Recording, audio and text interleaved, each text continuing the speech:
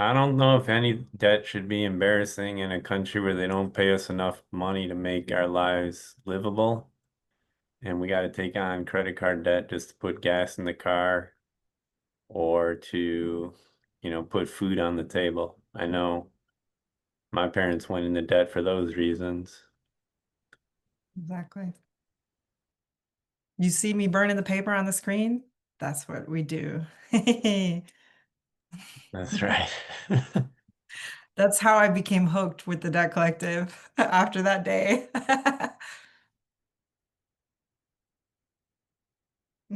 Exactly. So that was a protest in Washington, D.C. That was a good one. Hmm. Okay, I think we can get started. And as like I mentioned, we had close to 80 people that registered for the event. So if they join us, they can join us a little bit later. But I'm just going to do a really quick introduction. I'm Jason. I'm with the Debt Collective. I help organize the Jubilee School event. So thank you so much for tuning in.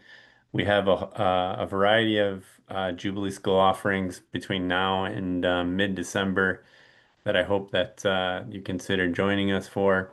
The aim here is really to cultivate like a critical consciousness or critical opinions about debt, to delegitimize the debts that we have, to recognize that we are not in debt because we live beyond our means, but we are in debt because it's the only means that we can survive. And so it's really important for us to learn together, to study together, to talk together, to at least be together in this type of this like online room, hopefully in person. And not only do we want to shape consciousness, but we want to learn skills, like skills for debt resistance, skills for making the world otherwise. And that's why I'm so thrilled tonight to be able to welcome a fantastic, superb, I can't think of enough adjectives to describe Maddy Clifford, who I have the pleasure of working with at Debt Collective. So I'm going to turn it over to Maddy. Thank you once more for being here. Thank you, Nick, for helping us on the back end. And Maddy, it's all you. Thank you. Thank you so much, comrades. I'm really just so happy to be here tonight, this evening. Today, we're going to be talking about making revolution irresistible. Before I even get started and introduce myself, I just want to say that I want to talk about the process of creating this workshop, which I think that we need to reveal more of our processes. And for me, it was just like, oh my God, how do I explain all of these things? So I just want to start off by saying that this is just the beginning, and there are other workshops in Jubilee School for a reason. And also, this is a lot of the information I'm going to share today. I'm going to ask some questions, and those questions aren't just rhetorical. I would love to hear from you all. You can answer the questions in the chat. A couple folks can come off mute, especially if it's an intimate space this evening. And I really just want to have a dialogue with you all about how do we make the revolution irresistible. Yesterday, I believe, was the anniversary of the Black Panther Party, which started here in Oakland, California, and they had a minister of art, right, Emory Douglas, who was all about making revolution irresistible. And so there are a lot of tools and tactics that can be utilized, and they're not going to just come from one person. So I just wanted to name that before I even get started. A little bit about me is I am an artist. I work in words, sounds, and ceremonies. So that means I do everything having to do with words, sounds, or ceremonies. I've been acting. I have a comedy show next week. I have experience as a lyricist, rapper. I've performed in a couple different countries, Argentina, Uganda.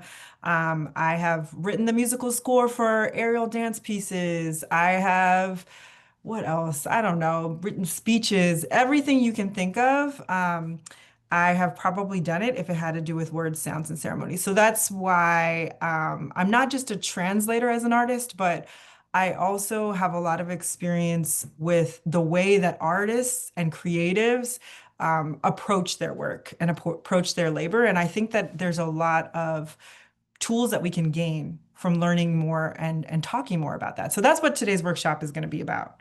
Okay. So, first question for everybody here today.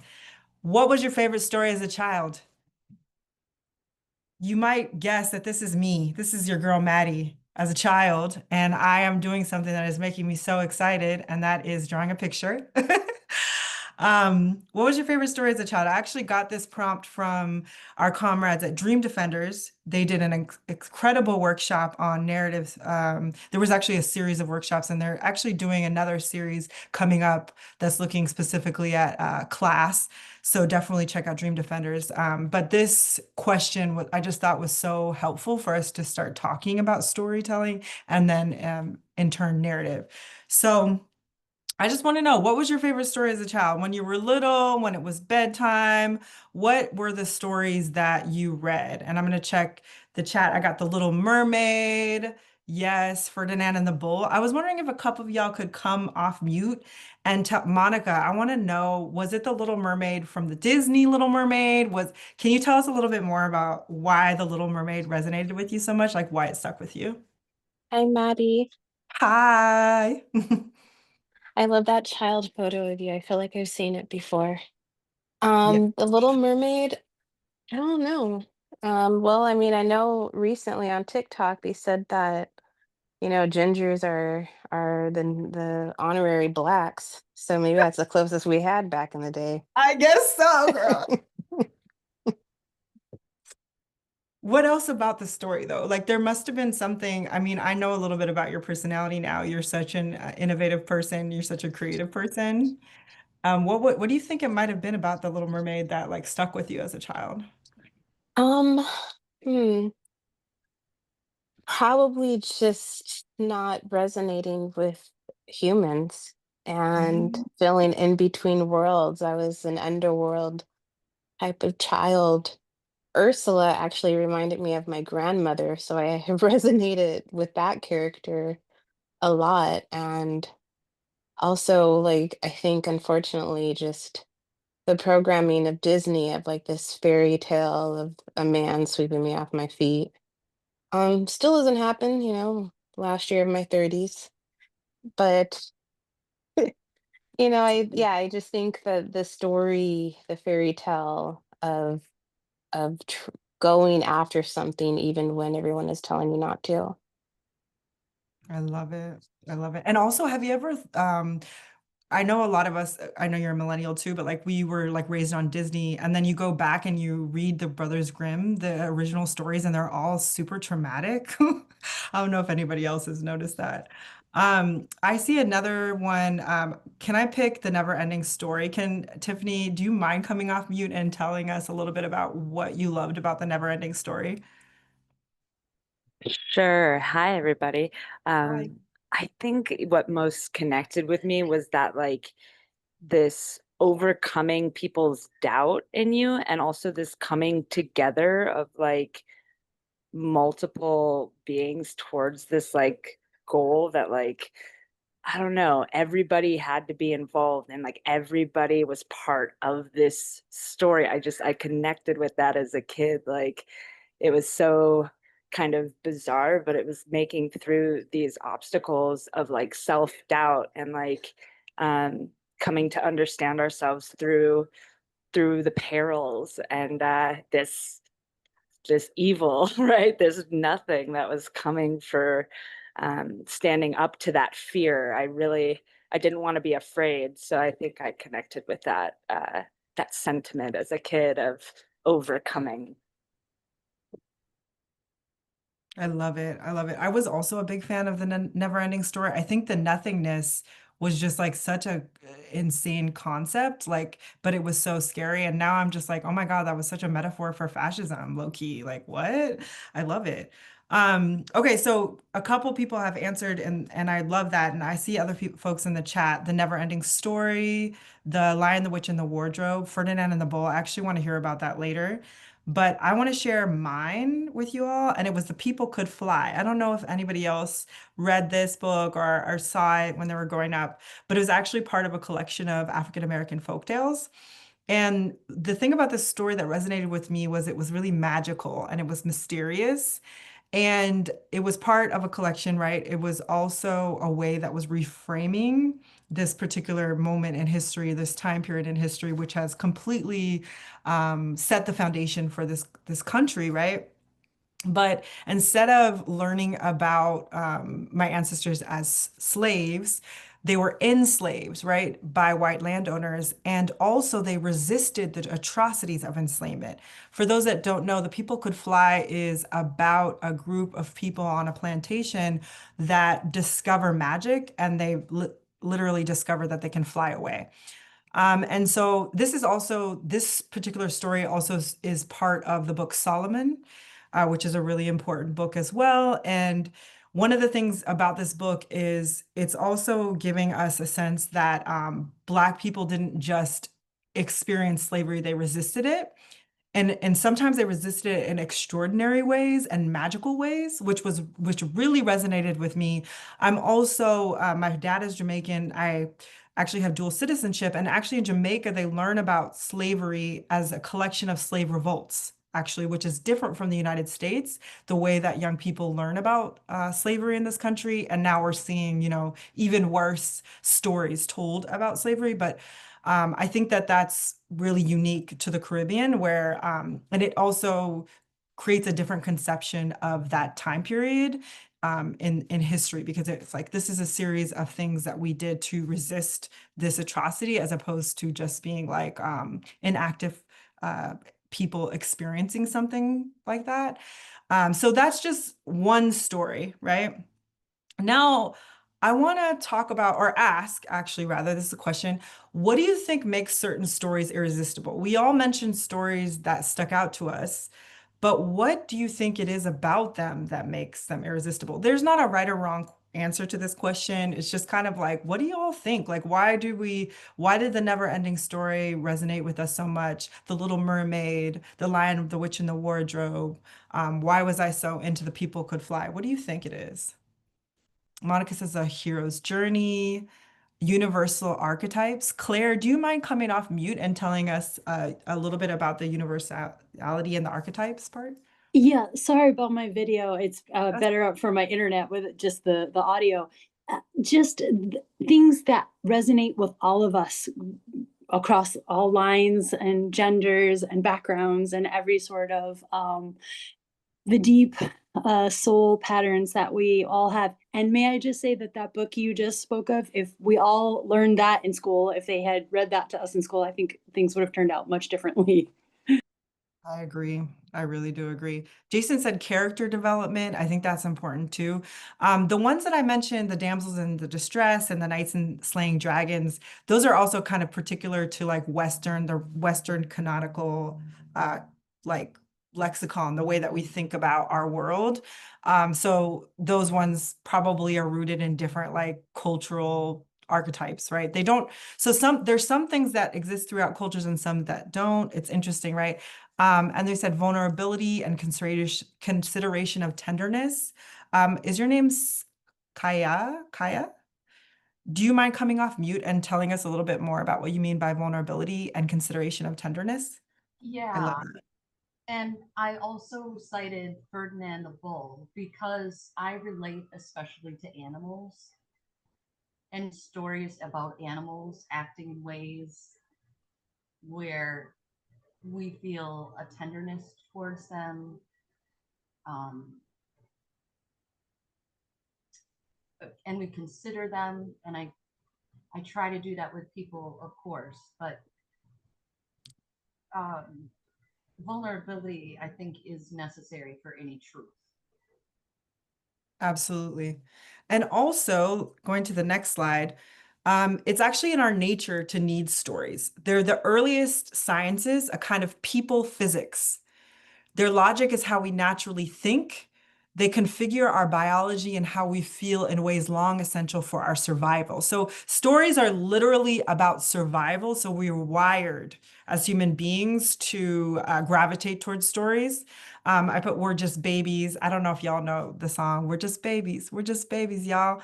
Like our language instinct, a story drive, an inborn hunger for story hearing and story making emerges untutored universally in healthy children. Healthy children is key here, right? So when a child is taken care of and nurtured, they're going to be hearing a lot of positive stories that are helping them understand the world. It's not just that the dragon exists, it's that you can slay it, right? You can actually overcome your fears. Stories are meta grammar. Every culture bathes their children in stories to explain how the world works and to engage and educate their emotions. Perhaps story patterns could be considered another higher layer of language, a sort of meta grammar shaped by and shaping conventions of character types, plots, and social rule dilemmas prevalent in our culture. All right, so we could talk a lot more about this, but this is just kind of reiterating that there is actually science to stories. I think oftentimes we're thought of, those that know when it comes to academia, we're thought of the hard sciences and the soft sciences, right? But it's not that binary between the two, that there also are parts of ourselves that are very much connected to emotion. And why this is important is because there's a difference between a story and a narrative. And I think sometimes there's a lot of, in communications, I see on the left or just in general, there's a lot of blurring the lines between a story and a narrative. And that's why today I wanted to talk a little bit about the difference between the two. And Jason wrote in the chat a great line. It's not just that the dragon exists, you can slay it, right? That's important. So can anybody in the chat let me know what they might think the difference between a story and a narrative is? Again, there's no right or wrong answers, just your thoughts. Narrative is more control and dominance rather than telling the whole truth. Okay, that's a good guess. Do you have a specific example of a narrative that you feel like is more about control? If you could put it in the chat. Anybody else? Maybe one other person. I'm going to start going a little bit faster because I'm actually do have a lot to cover and I'm going kind of slow, I'm realizing, but that's okay. So I'm just going to let you know that narratives are not necessarily good or bad. Narratives are actually collections of stories, but there are a lot of narratives right now that are getting pushed from the right and from fascists, right? But we need to just understand the difference between a narrative and a story. If the story is about how Harriet Tubman followed the North Star to freedom, the narrative reveals that you can use the stars to find your way in the first place. The narrative is the entire night sky, the whole solar system. I am so into metaphors. I have a background as a poet as well. Metaphors are, in my opinion, one of the most powerful linguists. They're like magic, y'all, like low key. Metaphors be with you, like may the force be with you, but metaphors. If an individual story is a drop of water, then a narrative is a tsunami. If an individual story is a drop of water, then a narrative is a tsunami. Stories are atoms and narratives are molecules. Does that help kind of unpack the difference? So that's the difference between narratives and stories, okay? I meant to go this way. So a lot of the time we think of narratives as good and bad. Like I said, there's not necessarily that one type of narrative is better than the other. It's more so as leftists, as people that are pushing people towards revolution and towards liberation. It's really important that we are really very, very aware of what kind of stories and then narratives we want to push and we want to tell. And we don't want them to be just empty. And actually, I'm part of a cohort called Creative Wildfire, and they did an incredible workshop recently. It's an organization called Cypher, Narrative Strategies. And they made a really important point. Narratives without politics are noise. Similar to art, in my opinion, without a political analysis, it's just distraction or detachment. Our stories must move with our movements, organizing. That's how they stay political, not just populist. Culture change without system change leaves power untouched. When we hyper politicize without getting organized into proper formations, we depoliticize. So, for example, when climate change was something that was more accepted in the mainstream, people were like, okay, use a metal straw. Right? Or we'll see how corporations will co-opt climate change. And one of the big pushes that the oil companies had was about your carbon footprint, right? Or when we're talking about police brutality and then people post black squares. Like this is depoliticizing the narrative that we want to push.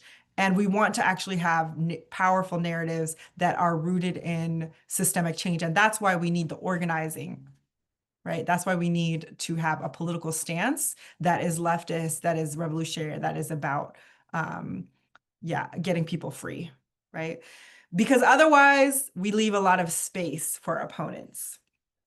And I want to talk a little bit about the ops. Let's talk about the ops a little bit more. What are we up against? It's a lot, right? What are some of the most common conservative stories we're taught? How do they become narratives? What makes them stick? How do they co-opt our messages? What do you guys think? What are some bootstrapping? Oh my gosh, let's talk about bootstrapping. It is so one of the things about Reagan, he is evil, but he's also somebody that's really important to research. He actually was an actor, right? At one point, so that's important. Also, he was really good with the metaphors. So the bootstrapping is one that is like, it's still to this day something that people really, they just resonate with it and they stick with it. But how do we have to constantly figure out how do we unpack this bootstrapping narrative, this bootstrapping ideology? Also, trickle down economics was a really, really big one that to this day, sometimes you'll talk about billionaires and you'll talk about, oh, you might say something that's not even that big a deal, like tax billionaires, and people are like, billionaires create jobs. Billionaires are the reason that you or even have an app. I mean, these are arguments that I have with people, right? Because they believe in trickle down economics. They believe in this idea that's actually really untrue. Black on black violence is a really big thing that is co-opted. Well, I actually don't know exactly where it originated. I know conservatives created it, but it's something that even within the Black community gets pushed. Sometimes we internalize these narratives and then they use it basically to be racist against us. A certain person was assassinated, and right before they were assassinated, they were basically making comments about Black on Black crime in a way. And then Nick said, personal responsibility of your debt. Personal responsibility is a really, really effective, like narrative ideology that like sticks with people. When in actuality, no person is an island. We're all part of communities. We're like actually social creatures, right? And so no success that I have or you have is because of ourselves alone, right? It's because of the communities that we're around, and it's because of our comrades, right? And so these are just some of the things that we're up against when it comes to our ops. But we also, sometimes I don't think we're fully understanding our ops. One of the reasons why people are often saying, okay, the left has a problem with comms, the left has a problem with messaging and narrative, but the couple of things are happening. This isn't the right's first rodeo. They've been building narratives for decades, right? This is just the actualization of the work that they've been doing over like 40 or 50 years, right? Conservatives also have invested billions of dollars into a powerful media apparatus. They pay influencers, they pay people to literally push these ideologies, and they're also really good at repetition. They just kind of parrot the same talking points over and over and over. I saw this literally happening when it came to you can't cancel student debt, or just kind of a lot of like ideas that actually they would spew them out and parrot them as if they were facts. And then people would constantly be having a difficult time understanding that no, your government can actually work for you. Your government can actually provide widespread student debt relief. And then also we need to keep in mind that sorry, I can't talk. Our enemies understand how to make fascism irresistible. They exploit economic insecurities. They utilize the emotion of fear to stir up hate. They uphold archaic ideologies like white supremacy to form in-groups and out-groups. And they love telling fairy tales. Okay, they're all about fairy tales. We're on the left. Sometimes we get really wrapped up in facts and making everything factual.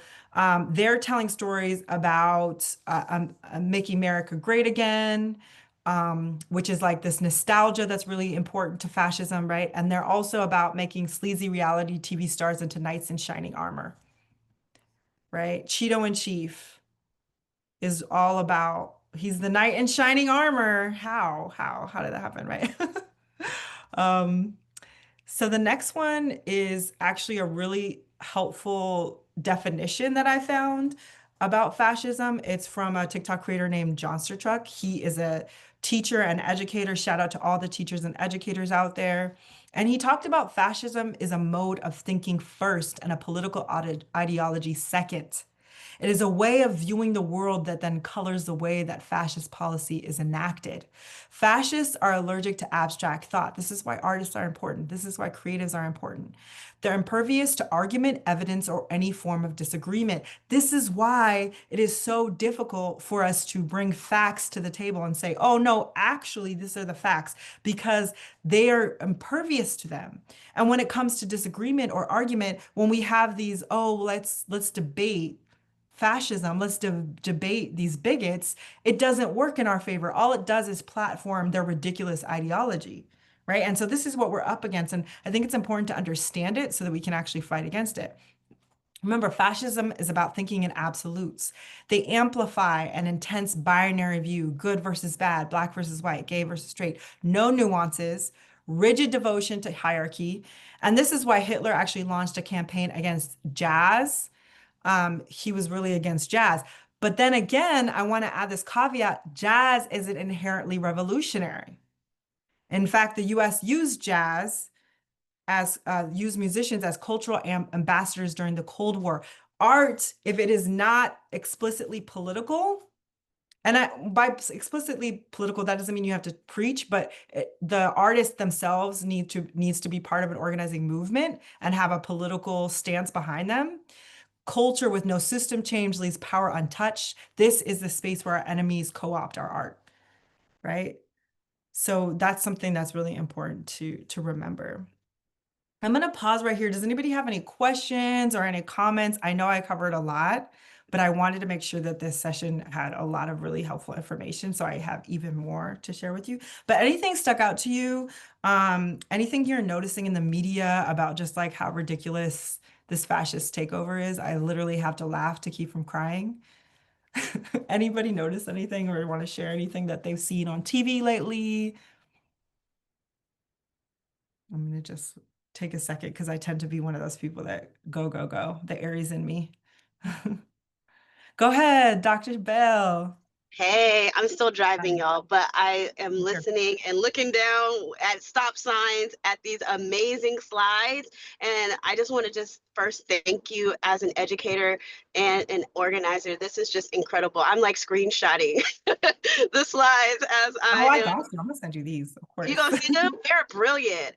Yeah, so one of the things that I've been noticing is like how they use propaganda in the words that they use, especially in Portland right now. I don't know if y'all have seen, they're like the Trump guy is like, they're being violent out there. And instead you see them in like frog costumes and like dancing and all of these different things. But if you hear the news, they're like, these are how the leftists are being, Antifa and all of these crazy things that they're saying on the news. I don't watch the news, but I've been seeing clips of them superimposing what's actually happening with the big costumes, and then what even the person that was allegedly assassinated's wife is saying how terrible it is in Portland, and then all of a sudden you see folks just jamming in costumes. So I just wanted to point that out as something that I just saw recently with shaping public imagination.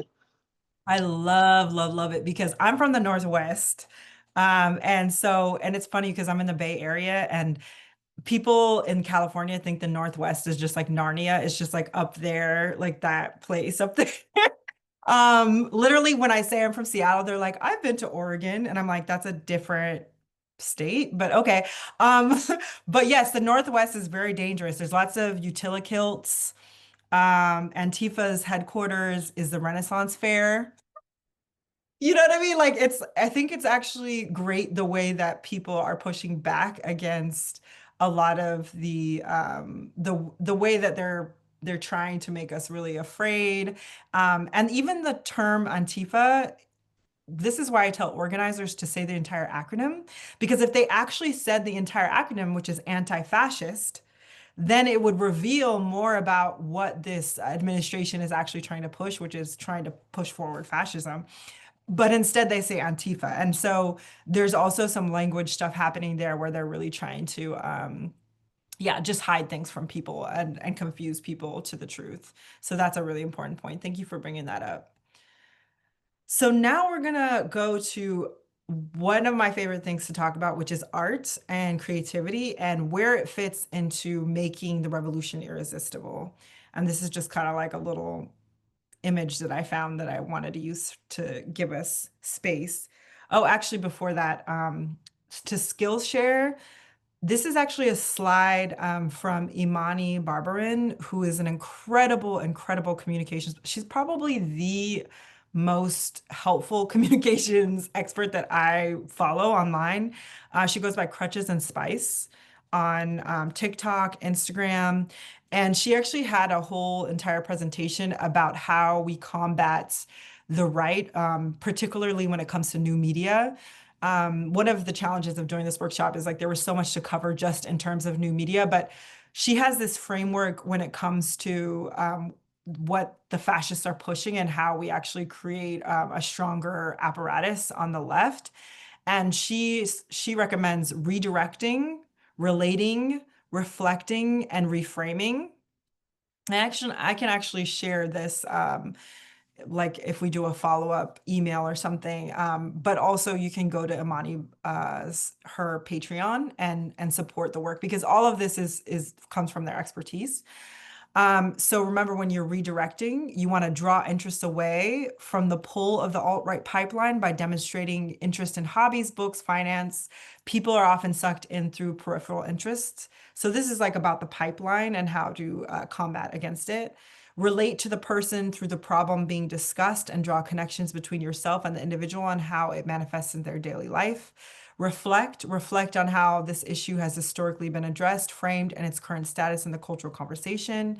Reframe the issue from the individual to the systemic. So this is just like a process that you can use if you're coming up against alt-right fascistic ideology. And this is particularly on new media. Okay, shifting for the last half of this session, we're going to be talking about art. Try not to overwhelm you with all the words. But how about, does anyone mind coming off mute and actually reading this quote by Paul Robinson? Robeson, sorry. I see someone in the chat. Patricia, do you mind? I'll do Oh, it. and Casey just came in, sorry. I don't mind doing it. I'd love Okay, to. go ahead. Oops. The artist must take sides. He must elect to fight for freedom or slavery. I have made my choice. I had no alternative. The history of the capitalist era is characterized by the degradation of my people, despoiled of their land, their culture destroyed. They are in every country save one, denied equal protection of the law, and deprived of their rightful place in the respect of their fellows. Thank you. So this quote comes from a series of different quotes by artists that explicitly state their political stance. This comes from a poet named Darius Simpson, who is based here in Oakland, California, and does a lot of really amazing work. And the reason I want to share this is there are a lot of artists amongst us that are explicitly political, and I promise y'all, we are the ones that need the most support. We're the ones that lack the most resources. And unfortunately, I have noticed a lot of siloing between artists and organizers. Even though there should be more connections, I notice siloing. And I want to talk a little bit about that and how we combat that. I think I'm going to skip this question for now because I don't think we have time. So why does movement art matter? Historically, we've been taught to think of artists as falling into these categories of visual artists, musicians, dancers, usually artists. There's this terminology as if it's automatically visual, but we know there's a lot of different types of artists. But studies show that more and more artists are identifying as multidisciplinary. I'll just tell you for myself, because I live in the Bay Area, which is one of the most expensive places in the world, not just the country, in the world. I do many different things besides just doing a comedy show. And I think that people don't necessarily understand all of the labor that artists are taking on. And then also, artists are often in different environments that they are able to use not just their translation abilities, but also the way that they creatively approach their work, they're able to utilize it. Also, people don't necessarily think about the fact that artists are poor. 2003 Pew Research Center call study found that 70% of artists earn all their income from their art. So most people aren't able to be artists full time, especially if you come from a working class background. That is often not talked about nearly enough. I think people still, even on the left, have this personal responsibility and pull yourself up from your bootstraps mentality when it comes to the arts, that if someone isn't like famous in whatever conception that is, that they're not really an artist. Medium income for fine artists, actors, musicians, dancers, choreographers is below income of the US labor force overall at $39,000. Artists are 3.6 times more likely to be self-employed. And so that obviously means that they have less protections. And they have a harder time saving for retirement. So these are just things I want to just explicitly mention because most artists, the vast majority of artists are coming from the working class, are affected obviously by all of the debt types that we talk about. Art isn't just extra. This is something that I notice when it comes to siloing between artists and organizers on the left. We should use art not as fluff and distraction, but as key points of political education, narrative formation, and radical optimism. We should help people channel difficult emotions, isolation, grief, and agony toward revolutionary action. And even the most sensitive among us knows empathy is a muscle that must be stretched and strengthened. Okay, again, those were a lot of ideas, so I'm just going to pause for a second. But I think it's really important that we think about this idea of empathy being a muscle that needs to be stretched and strengthened because the billionaires, our opponents, our haters, the fascists are really prepping the public to be cruel and to lack empathy. And that's why we can use a lot of our creative processes to combat that. And so this is another question that I just want you to think about as I continue on with the slides is just how are you embracing or rejecting creativity in your organizing work? In what ways do you feel like there are moments for you to be creative? In what ways do you feel like maybe you're exhausted, maybe you just don't have the wherewithal? How are you seeing that happening in your movement work is a question. And we can come back to this question too.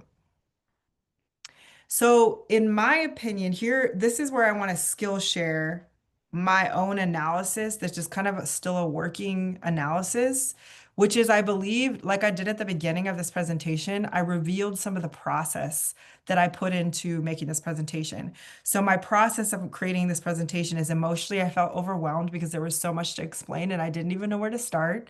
And then I wrote out all my ideas, kind of like a brainstorm or a brain dump.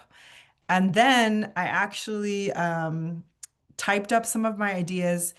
Then I organized those ideas. And then I thought about what slides each idea would occur on. And then I came up with sources. So, I'm just telling you the steps that I took. This didn't just magically happen. And by revealing the process of creating art and revealing the process of organizing without sharing our tactics, of course, we can actually make our movements more irresistible, and we can also create more connectivity between movement, art, and organizing. So artists aren't an afterthought. Art is not merely an extracurricular activity. I worked as a teaching artist with incarcerated youth for 8 years. I promise you, art is not an extracurricular activity. Art is how many, many cultures, I think all cultures in my opinion, understand themselves and the world. It makes our political movements emotionally resonant. Nobody wants to go to a dry ass movement. Nobody wants to go to a boring meeting. Nobody wants to go to a tenant organizing meeting where nobody's talking and having a good time. Like, how can we include art in our movements? It's not just about the finished piece.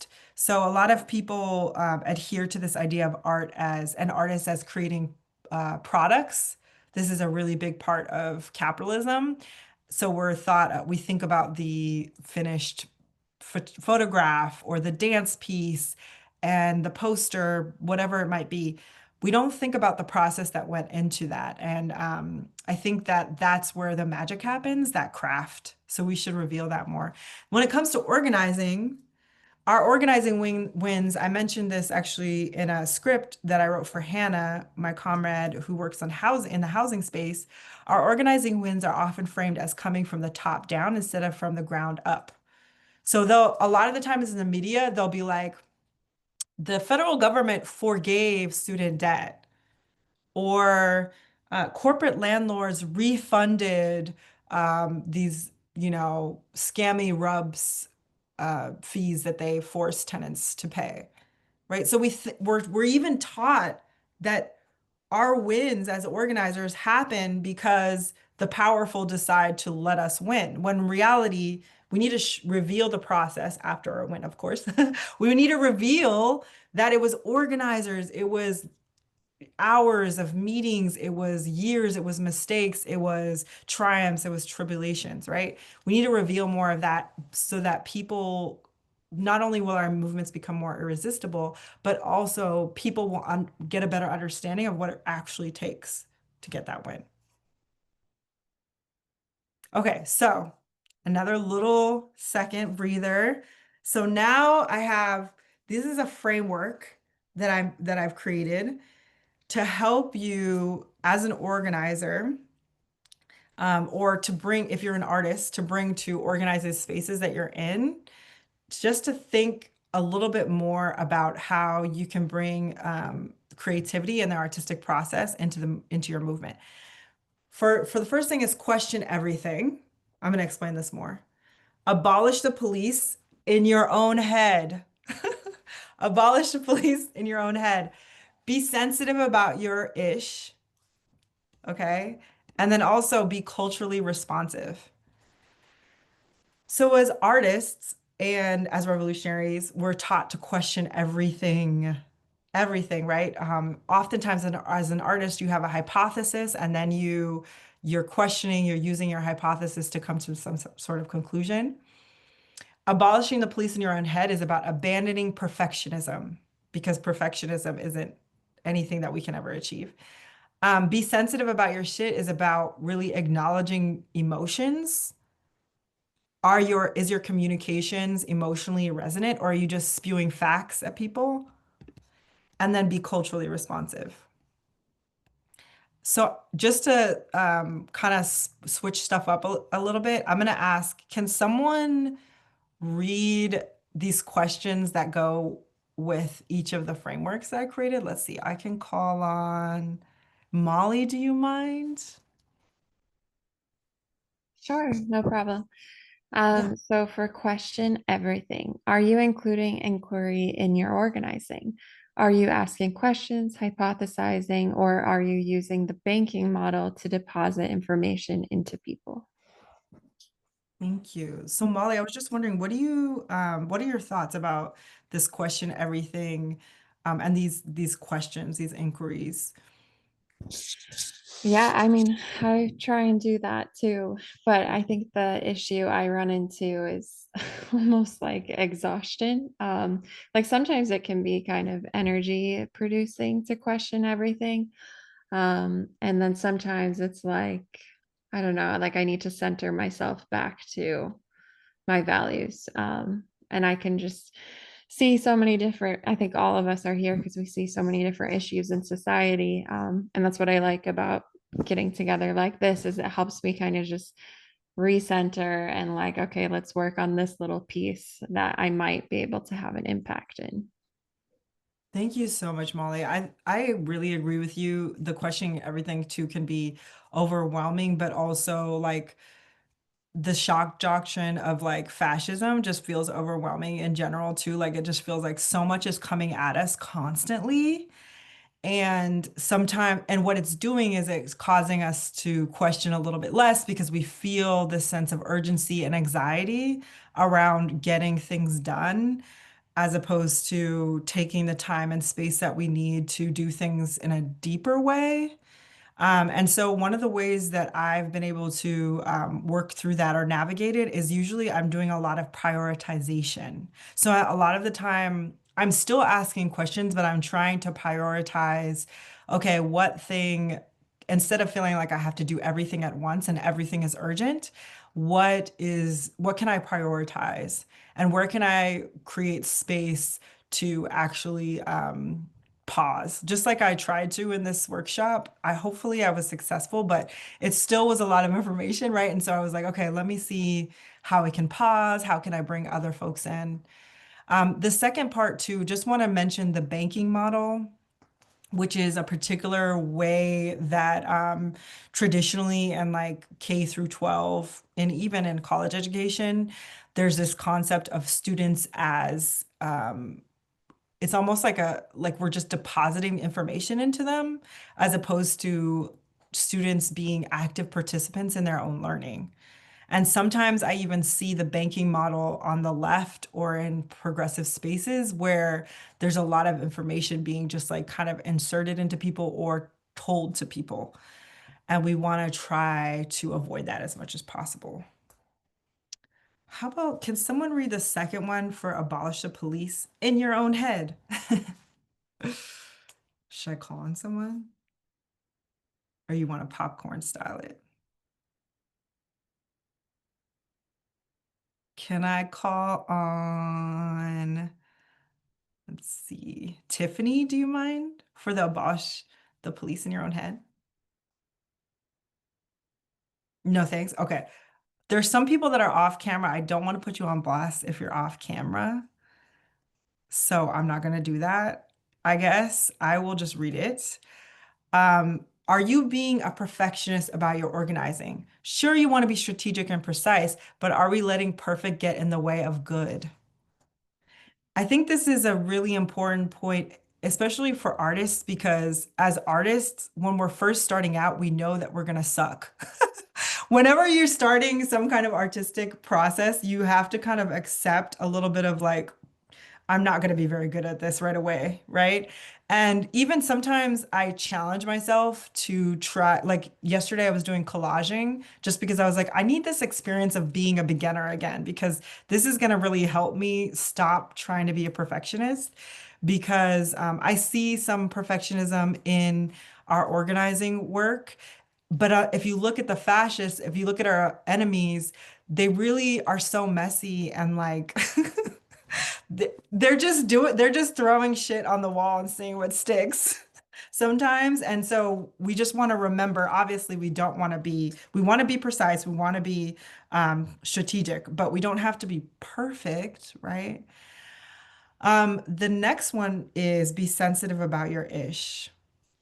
Uh, Maddie, Who knows the quote? oh, Yeah, go ahead. no, I was going to say, I think Haley unmuted. I know I saw you. I think for Oh, one quick cool. sec, Haley, raise your hand if you wanted to maybe be the one to read that one. If Go ahead, Haley. Yeah, I'm happy to. We're doing the be sensitive about your ish or be Yeah. culturally responsive. Okay, gorgeous. Is your movement and your message resonating emotionally? Emotions are everything. Are you acknowledging the emotional significance of your campaign, or are you putting logistical or logical thinking above all else? Thank you. So the right has really done a great job of stoking up fear. Fear is their favorite emotion. It's also a really powerful one because what fear often does, it puts us in our fight or flight mode. So that's just something to think about. And then the next one, can someone read the next one? Be culturally responsive.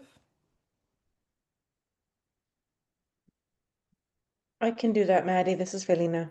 Hi, thank you so much. Yeah, sure. Be culturally responsive. Is your movement honoring culture? We should reject identity reductionism, not necessarily identity politics. Are you embracing different definitions of rigorous study? Are you adhering to white supremacist modes of thinking? Because if so, you will never be cool, nor will you be irresistible. You will remain dry and bland. I had to be funny about that. You see what I'm saying though, right? Yeah, cultural responsiveness is super important. That doesn't mean that we're not like appropriating or co-opting. It just means one of the reasons why the fascists are taking over, right, is because they're afraid of how culturally diverse this country is becoming. And so we want to lean into that even more, and we want to make sure we're being culturally responsive. I'll give you a specific example. So in my work in juvenile hall with students, I was at the San Francisco Juvenile Detention Center. And one of the things that I knew early on was I'm not coming into this facility and I'm teaching, although I'm trying to teach creative writing, I'm not going to come in here and only teach Shakespeare, right? I'm not going to tell them, like, of course, I want to give them access to the canon, the literary canon, so that they have a lot versatility in terms of the education I'm bringing in. But I'm also going to honor the cultures with which they already come from. And also, I am privileged to be in their presence because a lot of these young people that I was working with, they came from Hunters Point, Potrero Hill, the Mission, all of these parts of San Francisco that are incredibly rich with historical and cultural significance. And so being culturally responsive meant going in and being like, okay, yeah, I might bring in some, Shakespeare here and there, but I'm also going to bring in a lot of hip hop. And luckily, I had that background to be able to do that. Hip hop is also a very rigorous art form, although it isn't seen that way because Black people do it. Unfortunately, this is very common when it comes to art. A lot of like our artistic practices and mediums mirror other types of labor that are devalued when a Black person partakes in it, or a woman, or queer person, and so on and so forth. So those are all just things to think about when it comes to our movements and making them irresistible, because people are just kind of like, why is that so cool? And it's like, it's probably because people of color are engaging in it, or it originates in a particular culture. And remember that white folks have culture too, and that's important for them to go back to their cultural ancestral roots and practices as well. So I think that is it for me. I just want to open it up in the next last bit of time that we have for any questions. I also want to remind you to sign up for the rest of the Jubilee School events, because actually Nick, who's on the call as well, he has a workshop that he's helping to organize that specifically helps you tell your debt story. And I can tell you from firsthand experience, these workshops are incredibly helpful. And I gave you kind of an overview, but those workshops will help you actually tell your literal story. So yeah, that's it for today. Thank you, Maddie, so much. And do you have a few minutes for a couple questions if people have them? Of course, absolutely. Okay, I know so we if covered you'd a like lot. to ask a question, either go ahead and raise your hand or put your Or comments too. I'm open for comments as well. comments to, or write the Anything that word stack in the resonated. chat. Yeah. Maddie, I just want to say some of these slides are so incredibly valuable, and thank you for sharing them, and um, the metaphors and some of the ways in which you engaged in your own teaching here was really, I think, instructive for a lot of people. So thanks for doing that. Of course. I see Felina. Yeah. Feel free to come off mute. Cool, thank you. Yeah, I have a question for you. So I got to meet you a couple years ago in Chicago at the Socialism Conference in 2023, and you facilitated a yoga thing, I believe, which was super awesome. Maybe it wasn't a yoga thing that you facilitated, but oh no, you facilitated the debt assembly. The debtors Yes. assembly, Yes. that's what you did, which was incredible. I was like, yoga. No. You did the debtors That's cool. assembly. I remember that part for sure. So, and that was super cool. And I want to do one of those in Palm Springs someday. I really want that to happen here. But my question for you is, the lack of music. Like this is a issue. So there's some, there's a little bit of organizing, cons pretty centrist, democratic, but they're trying. And there's a complete and utter lack of music at any of their rallies.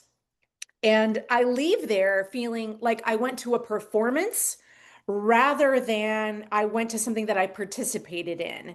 And I don't know how to talk to the organizers about this. Like, I'm not some singer, like, I don't know how to do this, but it seems to me that like going to a rally that is more people talking at you isn't creating the kind of democratic connective tissue that we want to create.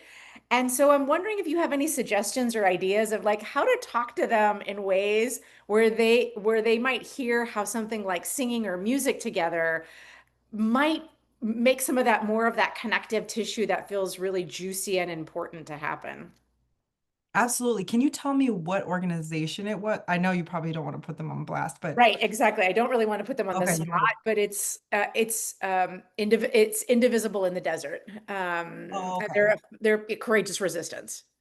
Okay, yeah, no, I think so one of the biggest things is call and response, which is also a really big part of the Black radical tradition, which is you say something, somebody responds, but there's lots of different ways that you can do a call and response that kind of creates like this musicality to it. So like coming up with chants is really big and call and responses. Um, Sometimes people can get like overwhelmed when it comes to like, hey, you need music at your event because some people might not be necessarily musically inclined right away and they might feel like, oh my God, really nervous about it. But there's one is call and response is a good way to start. I would also suggest like just like literal like drumming or like, you know, like things that depending on the demographics of the folks that you're organizing with, like sometimes if it's like older white folks, for example, like maybe they'll be like, I mean, I have like my own grandparents are kind of like sometimes it's too loud, like, certain things are just kind of like overwhelming or overstimulating. It could be something like bringing like bells or just something that they can play so that it starts to be like, okay, like we can have some musicality here, we can have something going on. And then eventually, but I think giving that feedback I think would be super helpful and kind of just see what they say and first maybe just starting with like, hey, I heard this song, maybe giving an example of another rally that you've been to that really was super impactful to you and powerful to you and what happened at that rally and be like, hey, I was thinking that maybe we could try this. What do you all think? And if there are organizers that are really with the ish, then they're going to listen to what you have to say. That's my opinion. Thanks so much, Maddie. Great. Thank you. When I say there used to be a ton of music in the early 20th century, socialist strikes and protests, some for later Chilean protests, for example, Venceremos and Sag nicht keinmal. Yes, music is just like a super important aspect of any revolutionary process. Right now, you'll notice that there's like really a lack of movement music to go along with what's happening in the world. And that has to do with just like the commercialization of music in our country. Spotify, really horrible corporation, one of the only ways that musicians can actually make money, and they make pennies on the dollar, less than pennies on the dollar for streaming music. And so all of this has contributed to a lot of musicians not being heard. But I think as people that listen to music, what you can do is really just go the extra step. Instead of asking more of musicians, ask them what you can do to help them. Ask them how you can support their work and get their work out there more.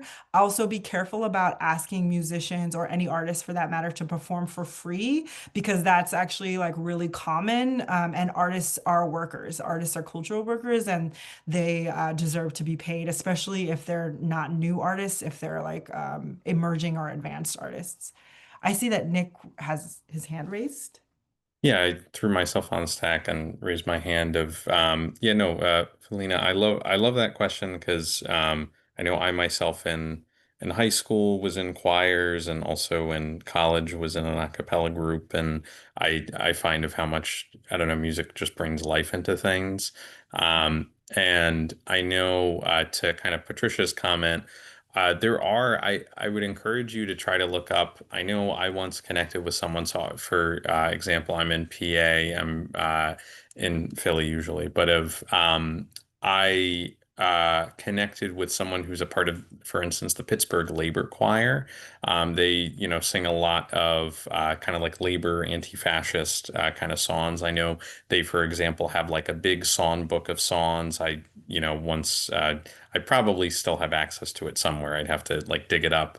But I know, trying to find like groups like that, because there are those out there. I know someone who, for example, was a part of, I'm going to say it was like a Palestine Solidarity Choir or something like that, or a ceasefire choir. It might have been the name that they used. So definitely, like look around, because there definitely are like groups like that to even connect, and to maybe even try to see what songs and things that they have that you might be able to introduce to like some of the orgs that you might be a part of, or groups that you've been to some of their actions, and like to have something tangible to give them, to say like, look, like wouldn't this be awesome to have, like, or to like sing a couple of these songs, or even, yeah, to like what Maddie was saying of, just trying to have like a drum, or even trying to, I know I'm a big fan of trying to like take a song and make like a short little parody of it, or maybe think of like, like a prior protest song, and maybe just change some of the lyrics and see if you can, even kind of like do a little bit of that yourself. And then the second thing that I was going to say is more to the Jubilee School series stuff. So I know I put it in the chat and folks will get it again, but just of any of the awesome offerings that we have throughout the like next couple months. You can, check out the link in the chat, which I will bump again. And then also, I'm curious if any of the folks, I know there were a couple folks in here who were at the writing workshop session that was just last night. I don't know if Claire, yourself, or Student of the Month, and I think Tiffany, all of you were there. If any of you want to say a few words on that, would be great to hear, from yourselves of, what you thought of that session. And certainly, don't worry if you didn't come to the first one. You can certainly come to the next one as long as you RSVP. I'll be sure to send you kind of like a recap of some things there. So I don't know, just sharing all that. All right. So thank you all for being here.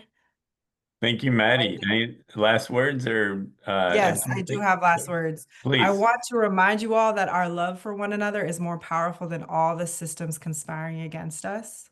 Our love for one another is more powerful than all the systems conspiring against us. Thank you for coming tonight. Please come back to Jubilee School. You are not alone. Thank you so much. It was great seeing you. Good seeing you, Monica. Hi. I hope to see you in real life. Bye, Thank everybody. you. Thank you, everybody. Bye.